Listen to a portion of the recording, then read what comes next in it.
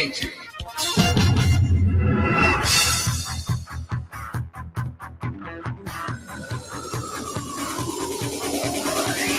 Começa agora na Valinhos FM o programa Escolhi Vencer.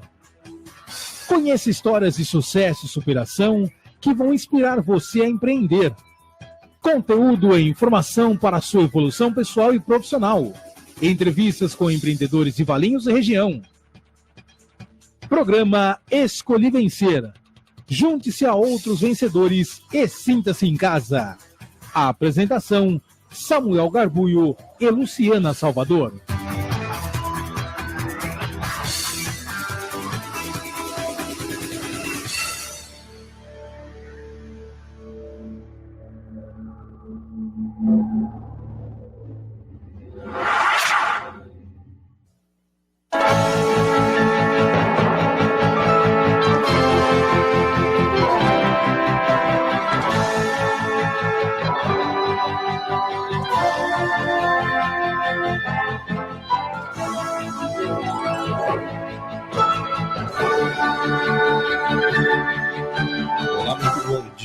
Seja bem-vinda, seja bem-vindo. Estamos começando mais uma edição do programa Escolhi Vencer aqui pela Rádio Valinhos FM 105,9.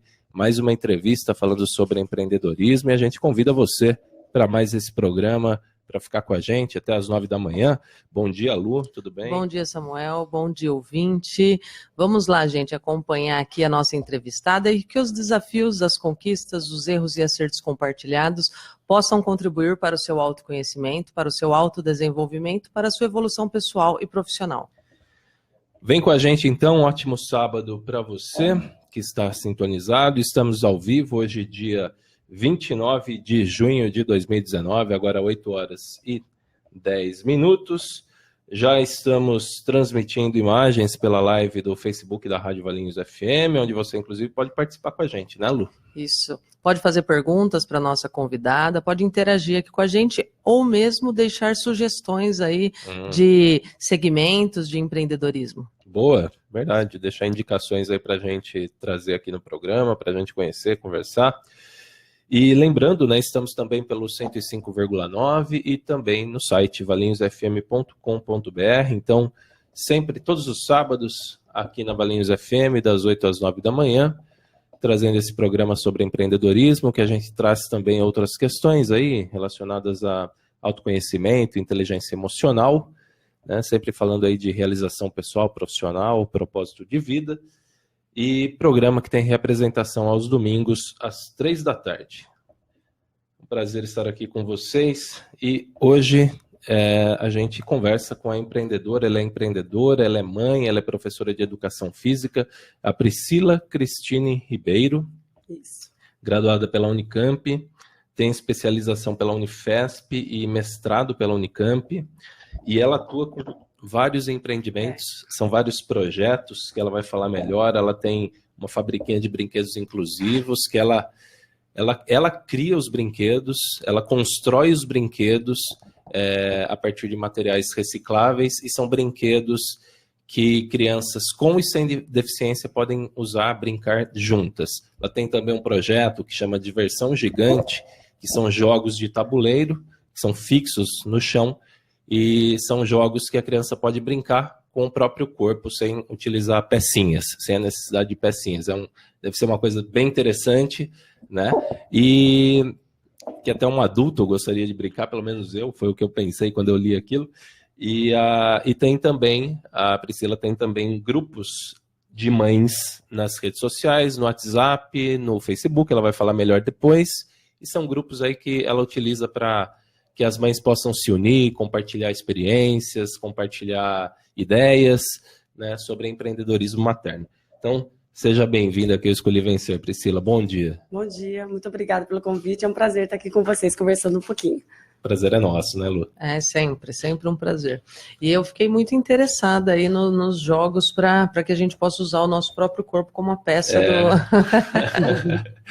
Com certeza, deve ser bem legal isso aí. Bom, você começou as atividades em 2015, foi isso? Tem 2015, grupo de mães, 2016, fabriquinha de brinquedos inclusivos, 2019, diversão gigante. Você quer começar falando do quê? Podemos começar pela fabriquinha. Pela fabriquinha, que aqui já tem alguns exemplos de brinquedos, Isso. né? Como que surgiu a ideia, então?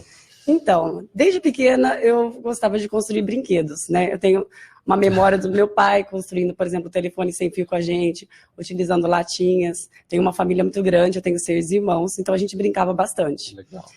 E quando eu me tornei mãe, isso ficou muito mais evidente, porque acho que toda mãe brinca com seu filho, gosta de construir brinquedos com seu filho. Então a gente juntava muito material reciclável, como esses aqui, garrafas, tampinhas, e a gente vivia fazendo projetos. Construía robôs, carrinhos, vários brinquedos que meu filho solicitava, e ele é muito criativo. Então a gente sempre brincou de construir esse tipo de brinquedo. E como eu sou professora também, na escola eu sempre tinha esse hábito de, por exemplo, Semana do Folclore, fazer peão, pipa, e assim por diante. Semana da Criança, construir brinquedos também. E como eu dou aula em uma escola pública, a gente recebe muito aluno com deficiência. E aí eu ficava pensando, como que eu vou fazer para tal aluno conseguir participar de todas as atividades integralmente? Então, por exemplo, eu tenho um aluno com deficiência física. Vou fazer uma atividade, ele não está conseguindo participar como os outros alunos. Vou fazer um jogo de dama para uma criança cega. Como que ela vai conseguir jogar se ela não está enxergando a posição das casinhas, qual pecinha é dele, qual é do adversário? Então eu comecei a adaptar esses jogos de tabuleiro e também construir outros jogos e brinquedos para que eles pudessem participar também. Que legal, que legal. Você já ouviu falar do DUA, que é Desenho Universal para Aprendizagem? Não. Me fez lembrar, porque exatamente são jogos, na verdade, assim, são materiais didáticos acessíveis, né? Então, a escola, existe uma instituição que, juntamente com escolas, eles pensam, eles elaboram, pode ser um jogo, e são materiais que justamente vão pensar na deficiência da criança, que ela possa interagir, que ela possa aprender junto. Só que aí o DU, ele é voltado para a educação mesmo, dentro da escola, para poder aprender alguma matéria, algum assunto. Enfim, e aqui no caso são brinquedos, né? Me dá algum exemplo, o que seria isso aqui, por exemplo? Então, aqui é uma peça de dominó. Na fabriquinha nós temos jogos e brinquedos. Então, esse jogo de dominó eu construí pensando nas pessoas com deficiência física. Por exemplo, que tem dificuldade nesse movimento de pinça, de coordenação motora fina. As pecinhas tradicionais do dominó são pequenininhas, então ela tem dificuldade de preensão.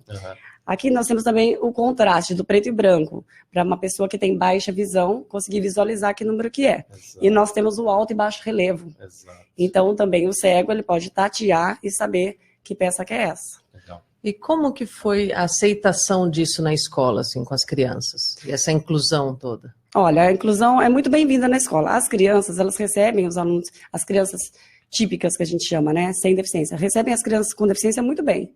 Então é uma coisa natural. Né?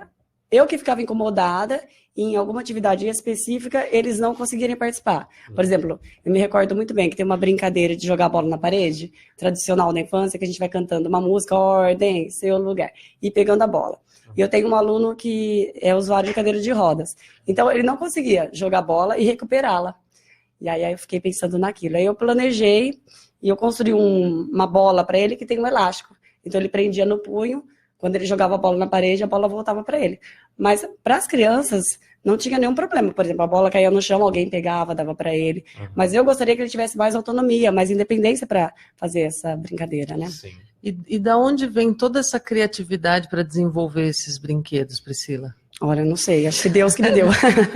Porque tem que ter bastante criatividade, né? Porque só aqui tem alguns aqui bem... O acervo é bem grande, eu acho que atualmente tem 43. Você vai desenvolvendo de acordo com a necessidade, que você vai vendo que alguém tem a necessidade, ou que nem da bola, né, do seu aluno.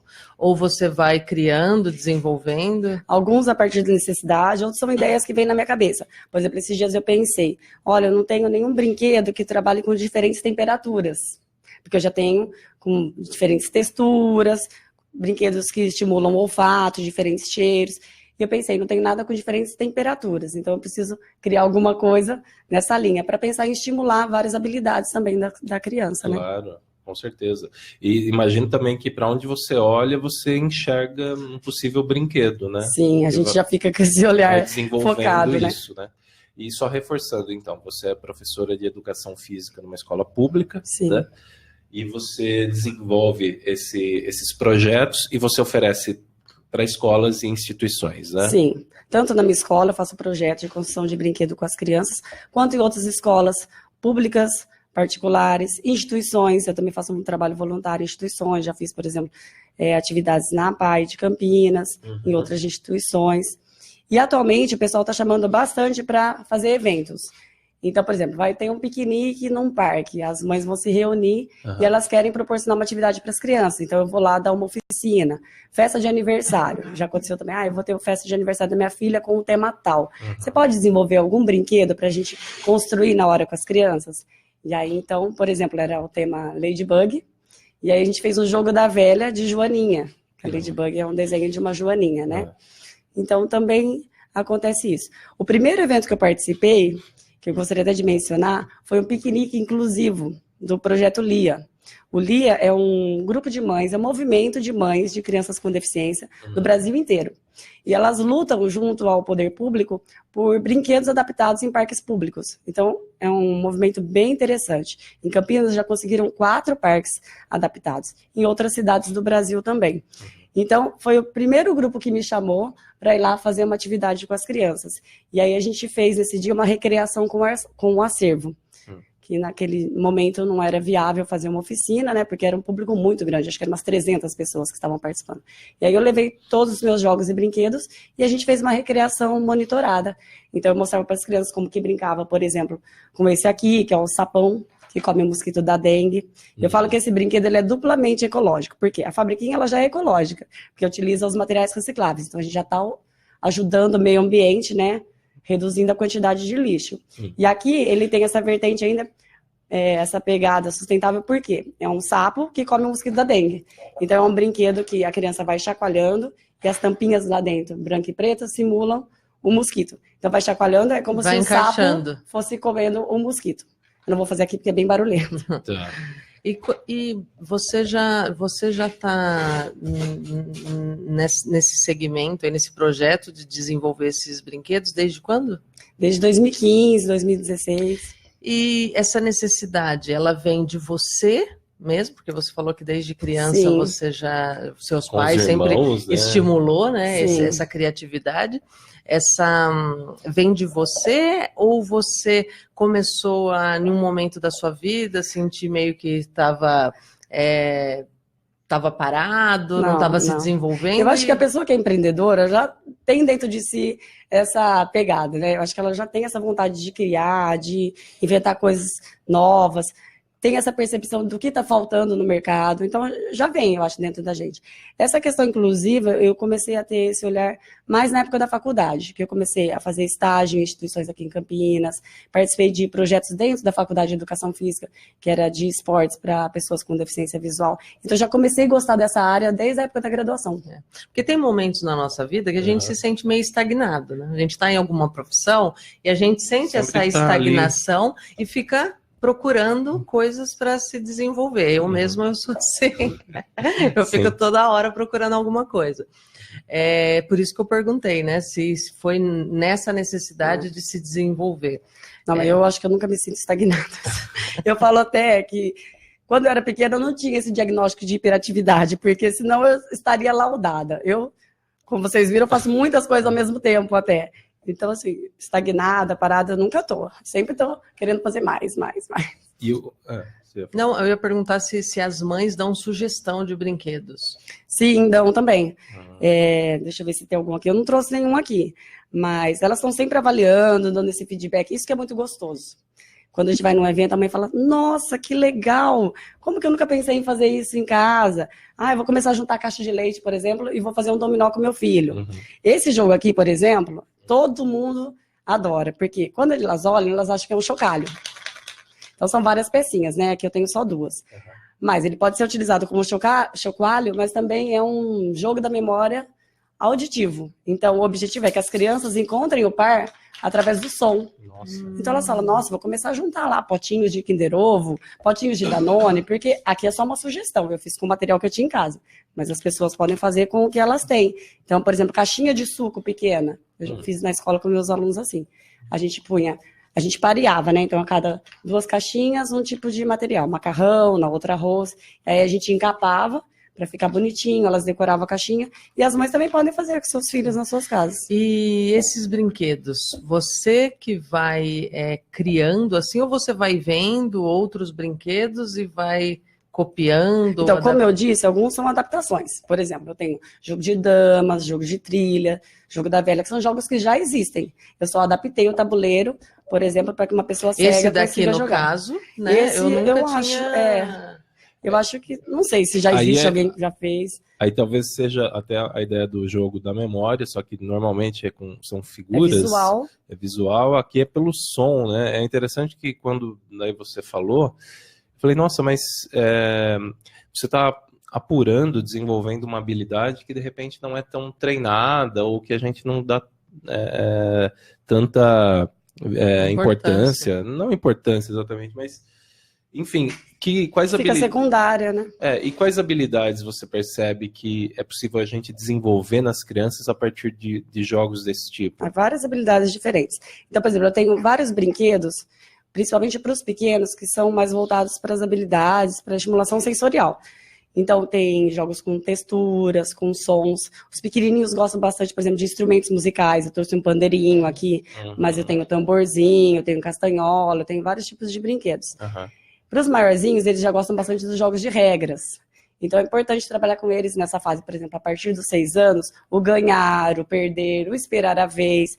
Então, trabalha várias habilidades, vários conceitos. É legal que também acaba estimulando a criatividade, a imaginação, né? Sim. E como você acompanha, você percebe essa melhora? Sim. Ó, a primeira coisa que eu acho super importante é assim, eles estarem colocando a mão na massa. Porque hoje em dia eles recebem tudo pronto, né? O acesso é muito fácil às coisas. Então, eles dão valor àquilo que eles constroem. Então, o primeiro ponto super importante, eu acho isso. É muito mais valorizado uma coisa que a gente fez. Só o guardar o material em casa, tem esse projeto de ir juntando a sucata para fazer o brinquedo. Essa parte da criatividade. Não precisa fazer igualzinho eu fiz. Ele vai fazer do jeito dele. Sim. Então, são vários aspectos super importantes. E depois eles gostam de mostrar para os coleguinhas o que eles fizeram. É muito bacana. É uma das minhas paixões. E que faixa etária esses brinquedos atendem? Não tem uma faixa etária específica. Qualquer idade pode utilizar. Como eu falei, os pequenininhos, por exemplo, bebês. Essa luva é uma luva sensorial. É uma luvinha do meu filho, ele tinha perdido uma mãozinha, então não dá para utilizar mais. Aí eu falei, o que eu vou fazer? Aí eu adaptei, colocando dentro de cada dedo um material diferente. Então, tem macarrão, tem feijão. E o objetivo é a criança apertar e tentar descobrir o que tem lá dentro. Então, trabalho de estimulação tátil.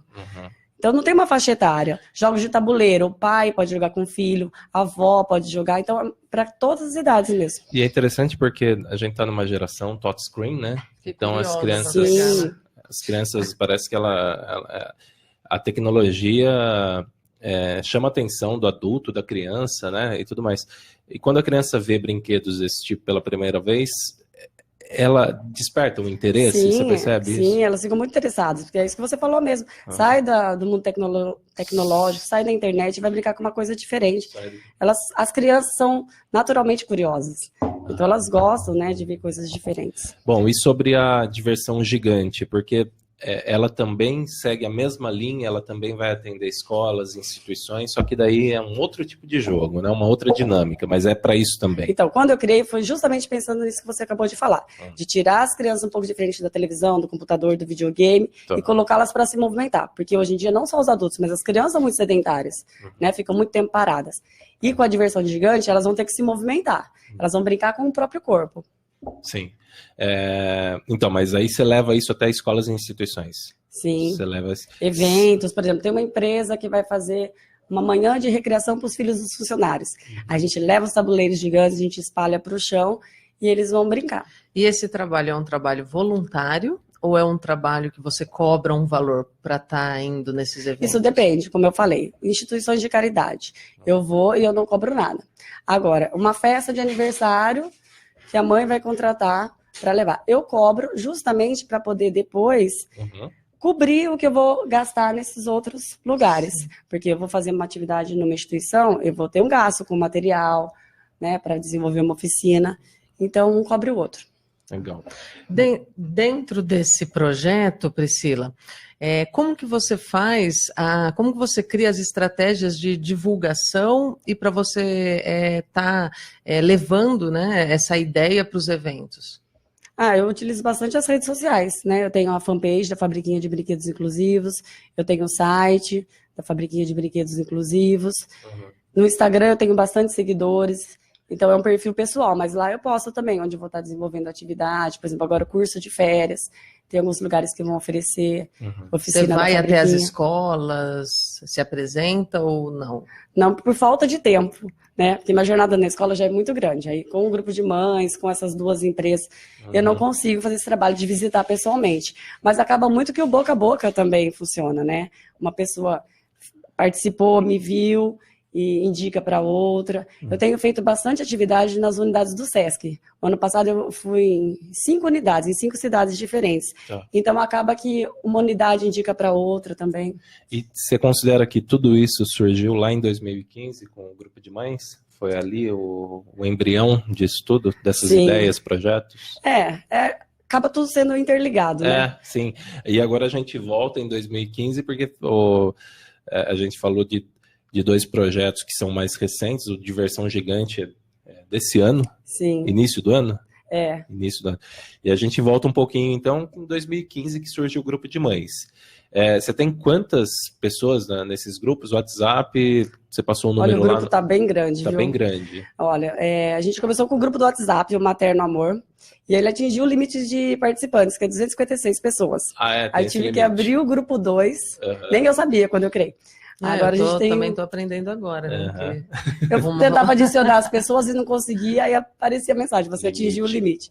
Aí eu tive que criar o grupo 2. Agora nós temos o Materno Amor 2, que está atualmente com umas 20 pessoas, mas só crescendo, porque para as mães é muito gostoso você se sentir acolhida, você poder conversar sobre assuntos da maternidade. Meu filho não dorme à noite, meu filho está com febre, tem indicação de pediatra. Então é uma troca de informações muito boa pra gente. Inclusive, você oferece também ali indicação de programação infantil, né? O que está acontecendo na cidade, onde é legal levar as crianças. Tudo começou por aí.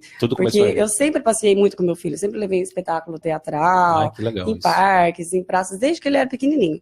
E aí minhas amigas mandavam mensagem pra mim, o que vai ter nesse final de semana? Onde você vai com seu filho? Ou então elas comentavam assim, não tem nada de bom para fazer na região. Eu falava, gente, tem sim, aqui não é divulgado. E ao invés de continuar respondendo as mensagens individualmente, eu falei, quer saber? Eu vou socializar isso aí. E foi assim que criou o grupo. O objetivo principal é compartilhar a programação infantil de qualidade de Campinas e região.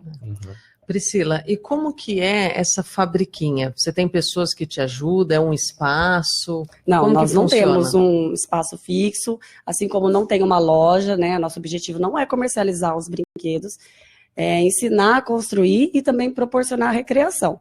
E eu tenho monitores, sim, tenho pedagogos, professores de educação física, professores de educação especial. Então, dependendo do tamanho do evento... Todos eles ajudam na construção também. Sim, dependendo do tamanho do evento, é o número de profissionais que participam. E tem brinquedo que você desenvolve que não dá certo, que você fala, eu desenvolvi, mas não funcionou? Olha, no momento não vem nenhum na cabeça, acho que até agora não. E em relação bastante criatividade, né? Em relação aos grupos, né? Tem também grupo no Facebook, né? 750 mães lá no Facebook. No Materno Amor no WhatsApp chama Materno Amor e no Facebook Materno Amor Eterno. Estamos com 750 poucas mais. Tá, então no Facebook, para quem quiser encontrar o grupo, como que a pessoa digita ali? Materno Amor Eterno. Tem que ser mamãe, morar em Campinas, Valinhos, Vinhedo, alguma cidade da região. Aí vai solicitar a entrada e eu aprovo a participação. É legal, gente, porque tem ali isso de quem a gente sempre está aí pensando, o que eu vou fazer? Chegou o final de semana e ali tem dicas também de programação, né? Sim, a gente Programação tem infantil. alguns álbuns fixos no grupo. Um deles é a programação mensal. Tá. Então, todo mês a gente vai postando tudo que tem para fazer. Por exemplo, agora... Campinas e região, Priscila? Agora tem os cursos de férias, colônias de férias. Mês de junho tinha muitas indicações de festas juninas. Uhum, legal. E Tá, aí tem também, então, ali um espaço para compartilhar experiências, ideias, né, sobre empreendedorismo materno, acho isso bastante interessante. E o grupo no WhatsApp, como que a pessoa consegue entrar num grupo no WhatsApp? Onde que ela pesquisa? Tá, nós não temos entrada via link. Então, por exemplo, uma mamãe que já está no grupo, ela quer indicar uma amiga, uma parente, é só me mandar o nome e o número no privado, que aí eu adiciono. Ou então, alguém que ainda não conhece ninguém do grupo tem que me chamar no WhatsApp para eu adicionar. Tá, acho que você já pode até passar, por gentileza. Pode passar o número? Sim, pode passar. Então, o DDD é 19 e o número é 991841063. Joia. Que é legal, porque daí quem está acompanhando a gente ficou interessado. Lembrando que é exclusivo para mamães, tá? Exclusivo para mamães. Só mulherada que participa. Tá. Priscila, dentro do projeto, eu acho que ele exige que você tenha alguns talentos e habilidades, né? Tanto para desenvolver, tanto para criar.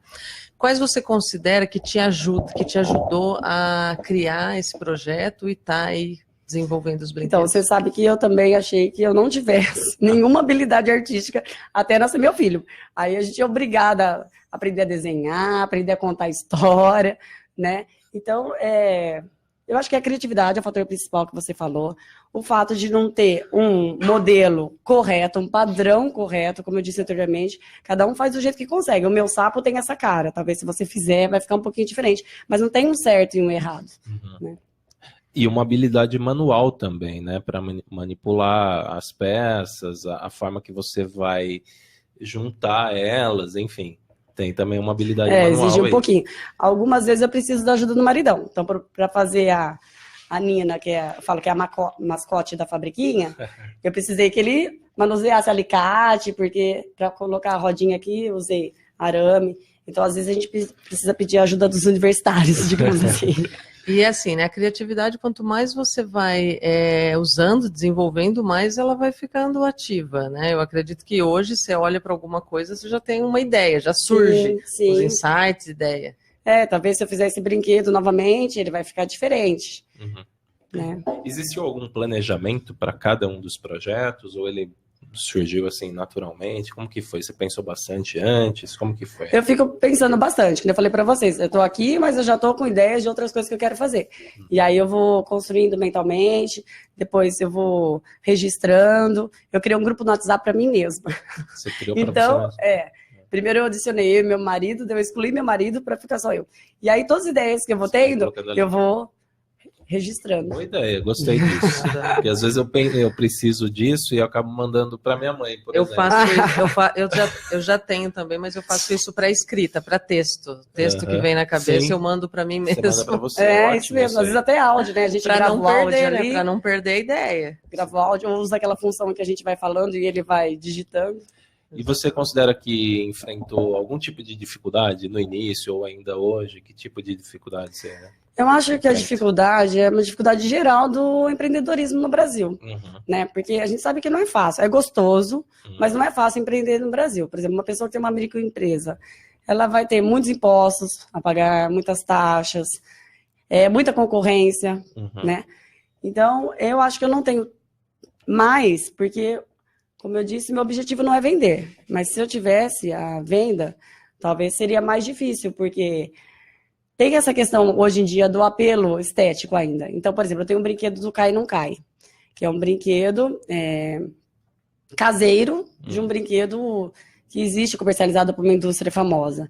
Então, se a pessoa vê o Cai Não Cai feito com garrafa, com palito, com canudo, com tampinha ou com bolinha de gude, não vai ter o mesmo padrão estético de um brinquedo comprado pronto. Então não tem como competir, digamos assim. Mas o meu objetivo não é esse. Meu objetivo é a educação, é a inclusão. Para mim é um prazer ver as pessoas felizes brincando juntas, com e sem deficiência, pai e filho, diferentes gerações, é maravilhoso. E até porque também tem a questão financeira, né? Que de repente a família não consegue comprar também um brinquedo, né? Feito por uma indústria. Né? E o custo de um brinquedo feito por material reciclável é mais barato. É baixíssimo, E hoje você consegue encontrar garrafas, tampinhas, né, em qualquer lugar. Você pode pedir para as pessoas juntar para você. Se você mora no condomínio, é muito mais fácil conseguir com os vizinhos. E eu faço isso também. Eu vou pedindo para as pessoas juntarem para mim. Uhum. Então, você considera que o que te motiva é isso, levar a educação, poder incluir as pessoas. Sim. Você percebe que isso ainda... Isso está muito no início, ou a gente tem muito a avançar ainda, ou está legal o cenário? Como que você Não, acho que tem muito a avançar ainda. Pensando numa sociedade em geral, eu acho que tem muito a fazer ainda. Uma sociedade mais inclusiva, né? Sim. Como que você capta assim, as pessoas que vão te ajudar? Você entra em contato com parceiros, empresas? Sim, eu acho que hoje em dia a parceria é fundamental. Uhum. Né? Eu até acho que a gente está voltando um pouco daquela época do escambo que aconteceu antigamente, porque, por exemplo, as permutas. A gente tem feito muito isso hoje em dia. Eu, com o meu grupo de mães, eu faço várias parcerias com empresas, por exemplo, restaurante que tem espaço kids, para eu poder divulgar para as mães um lugar legal para elas irem. Uma escola que tem interesse em fazer uma oficina da fabriquinha. Então, eu acho que essa questão da parceria, hoje em dia, é bem legal. E os brinquedos, ele exige um custo financeiro ou você não tem, é tudo por arrecadando mesmo, as mães juntam o material reciclável? Tem um custo sim, porque embora a base seja material reciclável, tem, por exemplo, materiais de papelaria, que eu uso bastante. Por exemplo, EVA, o TNT, a cola quente. Então, tem um custo pequeno, mas tem. Tudo isso você tira, esses valores, você tira do seu bolso ou vem também da ajuda desses parceiros? Não, tiro do meu bolso. Por isso que quando você perguntou se eu cobro, eu falei que eu tenho que cobrar uma pequena taxa, que é para a compra desses materiais, né? E uma coisa que eu imagino que possa acontecer também nos grupos de mães é aquilo, às vezes ali mesmo você consegue fazer parcerias. Sim. A pessoa de repente tem um restaurante, tem um espaço, você consegue ir até lá oferecer, criar um evento. Sim, a gente faz bastante parceria, é muito legal. Até por isso que eu consigo fazer sorteios semanais. Toda semana você sorteia o quê? Tem um sorteio. Por exemplo, agora a gente agora está acontecendo... Serviços, né, imagino. Serviços, produtos, presentes para as crianças, presentes para as mães. Semana passada eu sorteei um quadro de incentivo para as mães utilizarem com as crianças das tarefas diárias. Essa semana eu estou sorteando um passeio de um evento que vai acontecer para as crianças. Então, eu estou sorteando convites. Às vezes, eu sorteio um voucher para ser utilizado numa loja de roupas infantis. Ou um voucher para utilizar num restaurante que tem espaço kids. Tudo na base da troca. Tudo isso que os parceiros vão te ajudando a... E, Priscila, me chamou a atenção aqui a sua formação. Você tem uma formação... Bela formação, uma formação interessante, né? Graduada pela Unicamp. A sua especialização pela Unifesp tem também relação com essa área da educação física? Não tem? Atualmente eu estou só na educação, mas antes eu já trabalhei em academia, trabalhei como personal trainer. A minha especialização foi em personal. E você tem um mestrado pela Unicamp também. E o mestrado eu fiz na Faculdade de Ciências Médicas da Unicamp, com o tema de qualidade de vida de crianças de diferentes estados nutricionais, porque uma questão que eu me preocupo bastante é a alimentação infantil e a obesidade infantil. Então, meu estudo foi sobre isso.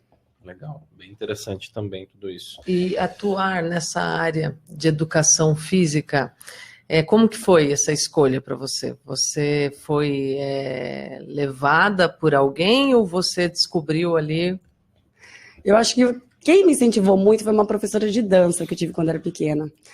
Quando eu era criança, eu fazia aula de dança num centro comunitário na minha cidade. E eu fiz aula de dança durante 8 anos. E eu adorava minha professora, Roseli. E eu acho que foi ela que me incentivou a ir para essa área de atividade física, né, de esportes. Você selecionou aqui, que a gente sempre, só para explicar para o ouvinte, né, a gente sempre envia algumas questões que a pessoa seleciona, o que ela acha interessante a gente perguntar, a gente, sei lá, conversar, né?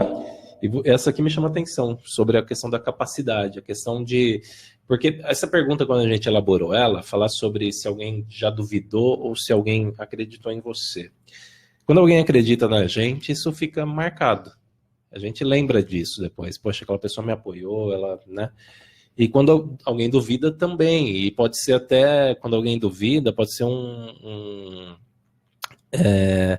você pode acabar desestimulando alguém, né?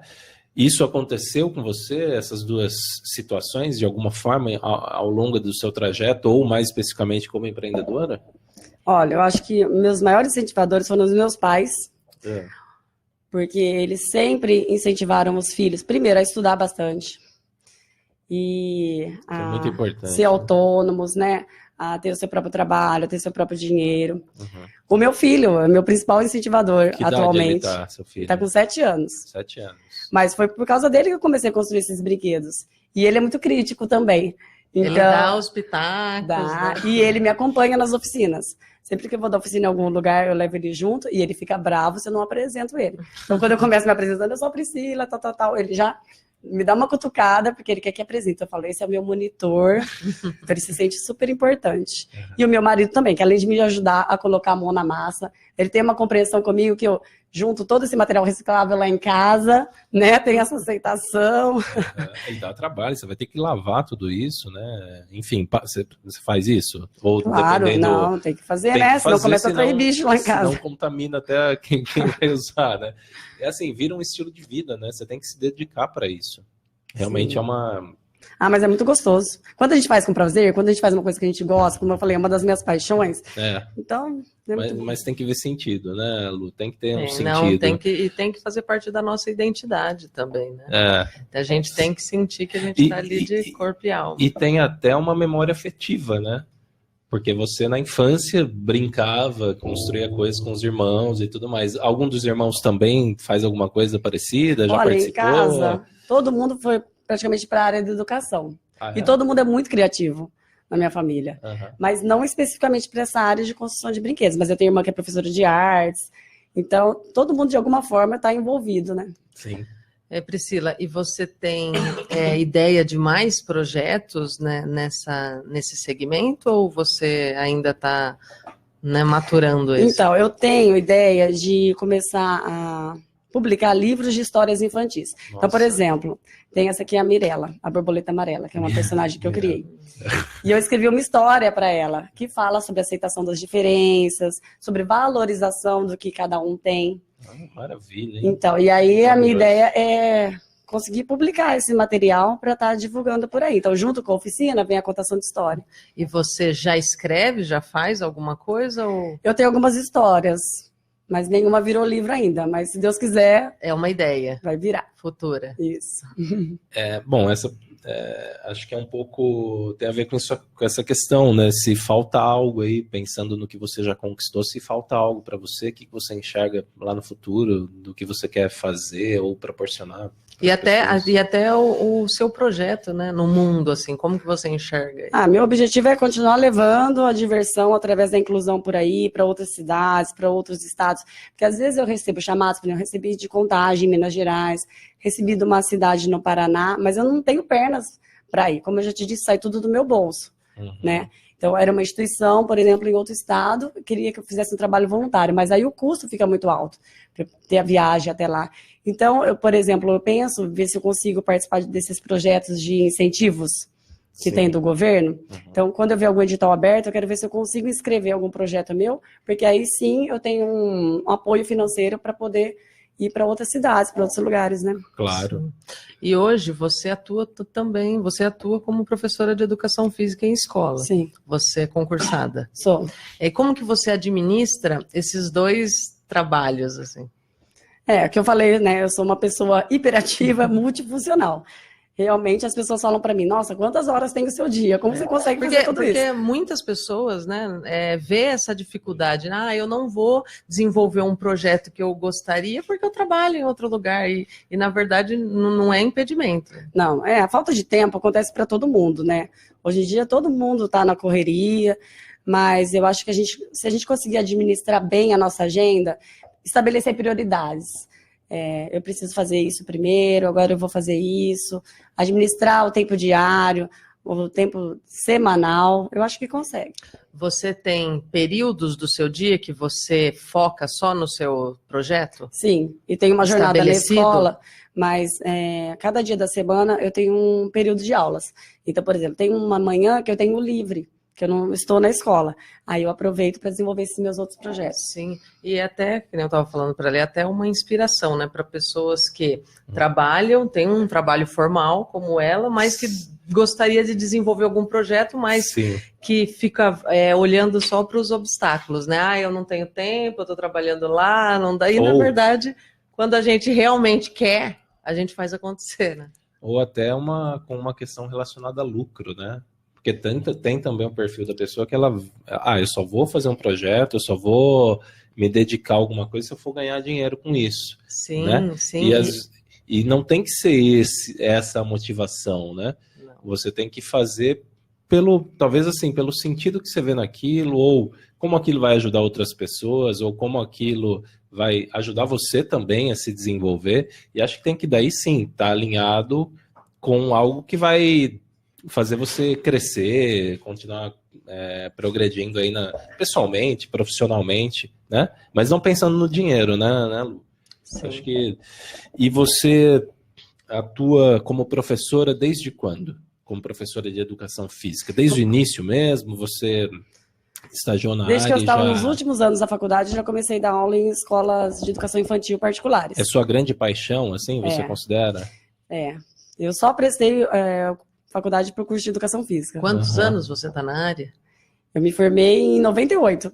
Então, desde 97, eu já estou dando aula de educação física. A gente acaba revelando a idade, né?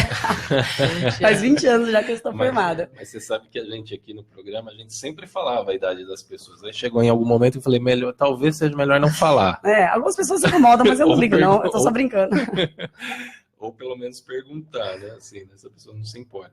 Então, desde que eu estava no finalzinho do curso, eu já comecei a dar aula de educação física. Daí eu me formei em 98 e em 2000 já entrei no concurso da Prefeitura de Campinas. E estou desde então na mesma escola. Faz 19 anos que eu estou na mesma escola. E você é professora de educação física, você atua em um esporte específico ou geral? Não, de forma alguma. Eu dou aula do 1º ao 5º ano. Então Porque tem professores que atuam só em uma atividade, né? Não, esportiva. Eu tenho uma visão totalmente contrária a essa. Eu acho que, principalmente nessa faixa etária, o objetivo é a gente ampliar o repertório motor da criança, eu digo, né? Então, eu procuro oferecer o máximo de atividades diferenciadas para as crianças. Tanto que eles saem de lá com uma bagagem muito grande mesmo, porque eu procuro levar modalidades esportivas, sim, porque fazem parte, né, do conteúdo da cultura corporal, mas não aquelas tradicionais, basquete, futebol, vôlei, handball. Pelo contrário, eles têm corfball, eles têm floorball, eles têm chuckball, várias modalidades que pessoas ainda não conhecem, mas os alunos já saem de lá pelo menos com alguma vivência. Dança, ginástica, atividades circenses, esportes de aventura. Então, é um repertório bem variado, que eu trabalho com eles. Assim como tem esportes inclusivos também, né? Sim. Que dá para aplicar. Sim, eu tenho uma formação no PROAMA, que é um programa de atividade motora adaptada, que a Prefeitura de Campinas desenvolveu alguns anos atrás, para os professores da rede. Aí eu participei desse curso, e em seguida a gente recebeu um material adaptado. Então, a gente tem condição de fazer o voleibol sentado, a gente tem condição de fazer o basquete com uma cesta que tem uma altura regulável. Então, a gente tem a cadeira de rodas esportivas, então como a tabela é mais baixa, o aluno em cadeira de rodas ele consegue acertar a cesta. Então tem essas atividades e eu faço inclusive com os alunos que não têm deficiência. Então eu faço com eles, por exemplo, uma simulação de uma criança, por exemplo, que é andante, vai sentar na cadeira de rodas e vai jogar basquete. Justamente para praticar empatia, para ele conseguir se colocar no lugar do outro. Não só para ver as dificuldades que o outro tem, mas para ver as potencialidades, as possibilidades. O aluno é cego, mas ele pode correr, pode pular corda, ele pode jogar bola. Então, justamente com esse enfoque. você fala com bastante entusiasmo, né? Tanto do seu projeto quanto da sua profissão. Você considera que você se encontrou no projeto e na sua profissão? Sim, eu sou muito realizada. E é bom, né? Quando a gente trabalha no que a gente gosta. Com certeza. Gosta. É uma coisa que a gente prega bastante aqui, prega né? Bastante da pessoa aqui, fazer. Né? Aqui o Escolhi Vencer não é vencer no sentido financeiro, Exatamente. É vencer no sentido de você atuar na sua vida profissional em um ramo que realmente tenha sentido para você, né? Que está dentro da sua identidade, que você se sinta realizado com isso. Ser feliz, né? Fazendo aquilo. E, Priscila, atuar, trabalhar com crianças ou pessoas com deficiência é para qualquer um? Ou você considera que... Eu queria saber, assim, quais são os desafios de uma atuação como essa e o que você precisa ter realmente para você estar apto, pelo menos, sabe? Eu acho que empatia é uma coisa importante, né? O colocar-se no lugar do outro, né? Para você conseguir perceber o que ele sente, o que ele passa. Eu gostaria de dizer que é para todo mundo, mas não com a minha experiência eu percebo que tem pessoas que têm preconceito, sim, né? Que não é legal, mas existe. E tem pessoas sabe que ainda existe. Que não tem tato, não tem jeito, não sabe como fazer. Né? A gente percebe também, por exemplo, professores que não tiveram formação para isso e não sabem lidar. Isso, né? Exige uma habilidade. Tanto emocional, comportamental, isso exige. Mas eu diria até que, por exemplo, tinha um professor na faculdade que falava para mim que trabalhar com pessoas com deficiência é tão fácil ou tão difícil quanto trabalhar com pessoas sem deficiência. E eu diria até que hoje em dia o maior desafio não é trabalhar com uma pessoa com deficiência, é trabalhar com as crianças que têm dificuldade de comportamento, né, que está relacionado à educação que elas recebem dos pais.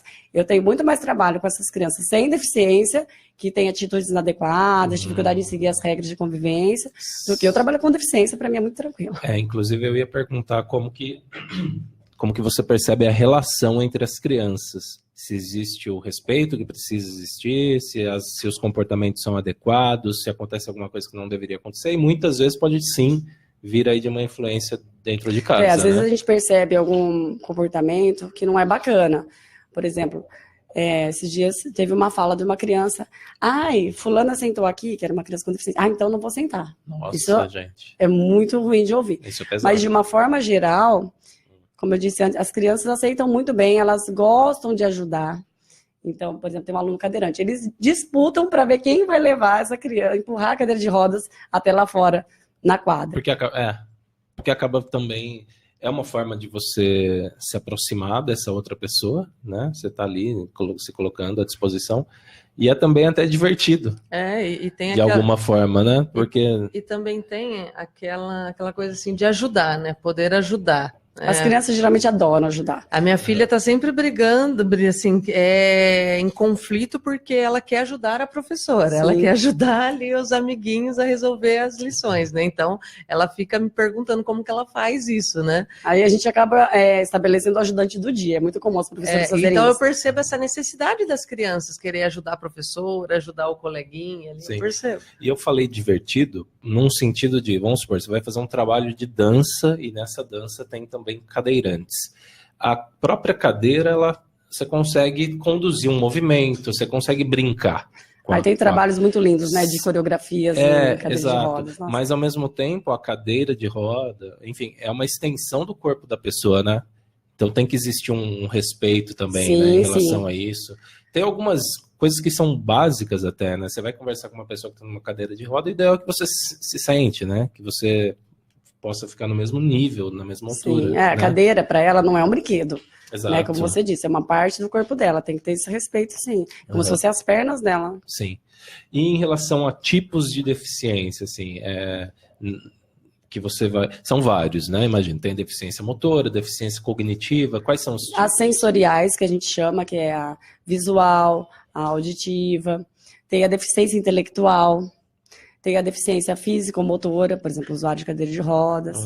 E temos o espectro do autismo, que hoje em dia, na escola, é o que está aparecendo mais. São alunos do espectro, né? Que é um transtorno, na verdade, não é uma deficiência. Mas ele tem tido uma incidência maior de casos ou só Então, tem uma dúvida se atualmente estão sendo diagnosticados mais casos, exato. ou se já existiam antigamente, mas não era diagnosticado. Não sabiam, né, que era o autismo. E que Exato. tem muito, né? Muitas pessoas têm problemas e não foi diagnosticado, né, por conta... Priscila. Mas só para, antes de... Segura essa pergunta, só para dar a continuidade. Quais as características, assim, básicas para você identificar uma criança com espectro de autismo? Na verdade, quem vai fazer esse diagnóstico, dar esse laudo, é uma equipe de profissionais da área de saúde. Sim. Né? Então, Mas o médico... Você sabe me dizer algumas características por atuar com crianças assim? Sim, que são por exemplo, comuns? Às vezes eles têm algum comportamento repetitivo, eles têm uma fixação por um tema. Então, por exemplo, nós temos alguns alunos na escola que eles adoram desenhar, e eles desenham sempre o mesmo personagem, sempre o mesmo tema. Tá. Né? Eles têm dificuldade de interação, é que existe, como diz a palavra espectro, é um leque muito grande, tá? Eu estou falando algumas características, mas alguns podem ter, outros podem não ter, uns mais acentuados do que outros, Sim. Mas geralmente a dificuldade de interação com o outro, e às vezes a mamãe percebe do bebê, desde quando ele é pequenininho, ela vai amamentar, não tem aquela interação visual. Então, eles têm dificuldade, às vezes, na fala, na verbalização. E o que é muito presente também é uma hipersensibilidade. Então, por exemplo, um som alto incomoda muito. Então, eles têm o toque, às vezes, incomoda. Tem essa sensibilidade tátil. E são níveis também, né, Priscila, de autismo, né? Tem alguns que são mais severos, outros são mais brandos. Alguns têm a característica da agressividade, outros não. Então, por isso que eu falo que é uma equipe que vai diagnosticar e nem é dentro da escola, é fora da escola. Sim. O trabalho que você faz é um trabalho bem altruísta, né? De ajuda mesmo, e é muito bonito. Sim. Da gente escutar e da gente perceber, né, esse movimento todo de ajuda para essas crianças. Sim. Você se inspirou em alguém? Você teve alguma inspiração? Você viu alguém? Olha, eu não sei dizer. Eu acho que assim, todos que passam pela vida da gente, né, ao longo da nossa história, vão deixando uma marquinha. Então, acho que é um conjunto, é uma somatória. Porque a inspiração é muito, muito legal, né? Quando você vê alguém fazendo um trabalho legal e você sabe que você tem uns talentos para isso, você começa a criar. Na verdade, eu acho que assim, mais uma vez, se deve muito aos meus pais. É o legado, né? É o legado que a gente vai... Que bom. Eu acho que se deve muito aos meus pais, porque os meus pais são pessoas muito generosas, muito caridosas. A minha mãe, acho que é a melhor pessoa que existe no mundo. Se vocês verem o tanto de pessoas que ela ajuda lá na nossa cidade... Que cidade que é? Desculpa. São João da Boa Vista. Tá. Então, por exemplo, ela participa da Pastoral da Saúde. Então, ela ajuda muito as pessoas da região. O tempo todo tem gente batendo na porta, pedindo doação de alimento, pedindo doação de remédio, faz bazar, então, e ajuda doando roupas, calçados. Então, assim, eu já nasci com isso. Eu convivi, né, com essa caridade, com essa generosidade, e com certeza isso marcou. A inspiração veio dela, dos pais, né? Priscila, a gente está encerrando aqui pelo 8h59 agora. Eu queria agradecer muito a sua participação, tá? Obrigado. Eu que agradeço, passou rapidinho, né? Espero que tenha sido produtivo para você, importante, tá? E também te peço para reforçar as redes sociais, como que as pessoas te encontram. Tá, eu agradeço o convite, adorei estar aqui com vocês. No começo estava nervosa, falei, nossa, será que a gente vai ter conteúdo para falar 1 hora? No fim passou rapidinho e até faltou tempo. A gente inventa. Dava para falar muito mais ainda. Claro. Mas então, as pessoas me encontram no Facebook. O meu perfil pessoal é o Pri Cristine, Materno Amor Eterno. Tem a fanpage da Fabriquinha de Brinquedos Inclusivos e a fanpage Diversão Gigante Jogos. Lá as pessoas vão ver os eventos que eu vou realizar, também os jogos que eu tenho. E no Instagram é o Materno Amor Eterno. E a gente não falou, mas eu tenho um canal no YouTube também. Ah, verdade, tem um link aqui, inclusive. Que é o Priscila Ribeiro, Materno Amor Eterno. Lá eu tenho vários vídeos, tem quase 80 vídeos de indicação de passeios para fazer com crianças, passeios pagos, passeios gratuitos. Então, praças, parques em Campinas e cidades da região. Então, vocês podem ver agora para as férias, onde levar as crianças, né? E acho que é isso. Legal. Então, obrigado, tá? E boa sorte aí, sucesso com os projetos. Obrigado, boa sorte para vocês Obrigado, também. Boa sorte, sucesso também. Lu, obrigado também. Obrigada, Samuel. Obrigada, Muriel. Obrigada, ouvinte. Bom sábado a todos e um ótimo fim de semana.